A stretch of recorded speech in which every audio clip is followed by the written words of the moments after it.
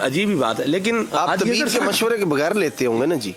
वो तो एक मशहूर सी बात ना भी, जैसे आपको खांसी हो रही है तो थोड़ी सी मल्टी आप जो है ना वो उसको च्यू कर लें, चबा लें थोड़ा। अनिल भाई है ऐसा कि नहीं? नहीं, वो आपकी तजल्लियाँ बर्दाश्त नहीं कर पा रही होगी। अल्लाह। इसमें ऐसा है कि एक मर्ज के कई इलाज होते हैं ना, तो वो बाद वक़्त गला उसको, जैसे कुछ लोग बोतल पीते हैं, कोल्ड ड्रिंक पीते हैं, तो फौरी उनका गला पकड़ा जाता है।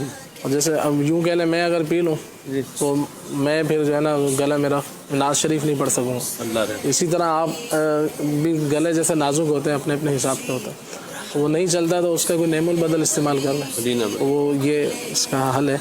हाजी अजहर साहब अपने पास रखते हैं मुलेठी। हाँ जी।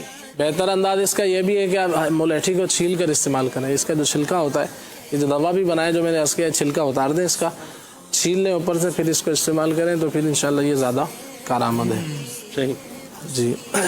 मज़ीद ये था कि वालिदा साहिबा के लिए उन्होंने कहा कि मैदे पर सूजन है, जिस्म पर सूजन है, और बाद लोग जैसे बैठ कर नमाज़ पढ़ते हैं तो उनका ये है कि वहाँ, उनका कहने का मकसद ये था कि हाथ पैरों में दर्द होता है जिसकी वजह से इस नौबत को पहुँचते हैं।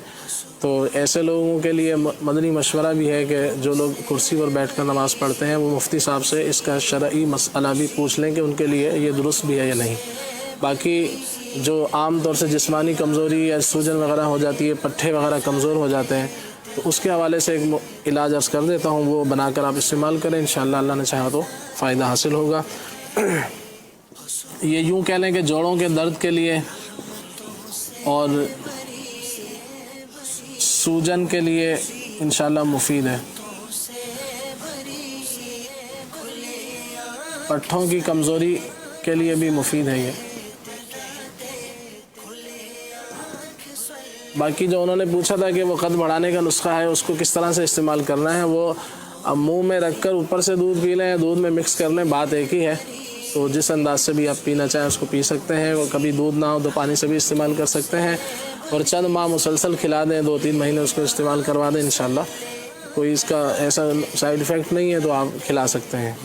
और दूसरा तिलों के तेल के हवाले से था, तिलों का तेल जो है वो सर में लगा लें। ये सर के लिए, बालों के लिए यूँ कह लें कि सबसे ज़्यादा मुफीद तरीन तेल जो है वो तिलों का बताया जाता है बालों के लिए। बाकी अलग अलग जो तेल होते हैं उनके अलग अलग फ़वाइद होते हैं, जैसा कि बादाम का तेल है वो दिमागी कमज़ोरी के लिए मुफीद है, तो नारियल के तेल के अलग फ़वाइद हैं।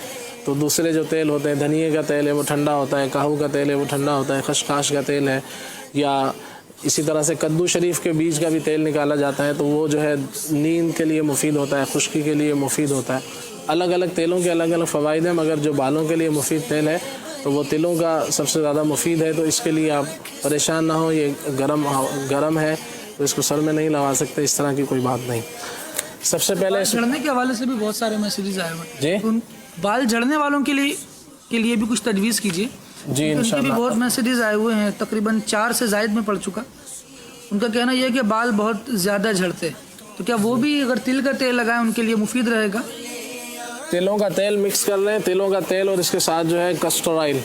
तिलों का तेल जैसे अगर 100 ग्राम लिया है तो 50 ग्राम कस्टर ऑयल इसमें शामिल कर लें, तो 2 चीज़ें हो गई। और तीसरी चीज़ है इसके अंदर अंडे का तेल भी 25-30 ग्राम शामिल कर लिया जाए, या सिर्फ वो 2 चीज़ें ही लगा लें कि उसको फिर मस्जिद में आए जाएंगे तो नहीं लगा पाएंगे। अगर किसी यानी 2 चीज़ ही, अगर आप नंबर 1 तिलों का तेल और उसमें हाफ जो है वो कस्टर ऑयल मिला लें, ये बालों के लिए मुफीद तेल बन जाता है।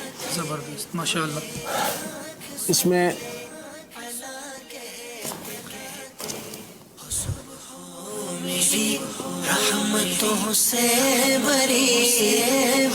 सबसे पहले है असगन नागौरी, ये आपने 50 ग्राम लेनी है। और दूसरी चीज़ है सतावर, ये भी आपने 50 ग्राम लेनी है। तीसरी चीज़ है सुरंजान शीरी, ये भी आपने 50 ग्राम लेनी है। और मको है इसके अंदर, वो भी आपने 50 ग्राम लेनी है। और एक चीज़ है दारचीनी, वो 25 ग्राम। और छठी चीज़ है सौंठ, सौंठ को जंजबील भी कहा जाता है, ये भी 25 ग्राम लेनी है। तो तमाम चीज़ें दोबारा सुन लें, असगन नागौरी, सतावर, सुरंजान शीरी, मको और दारचीनी।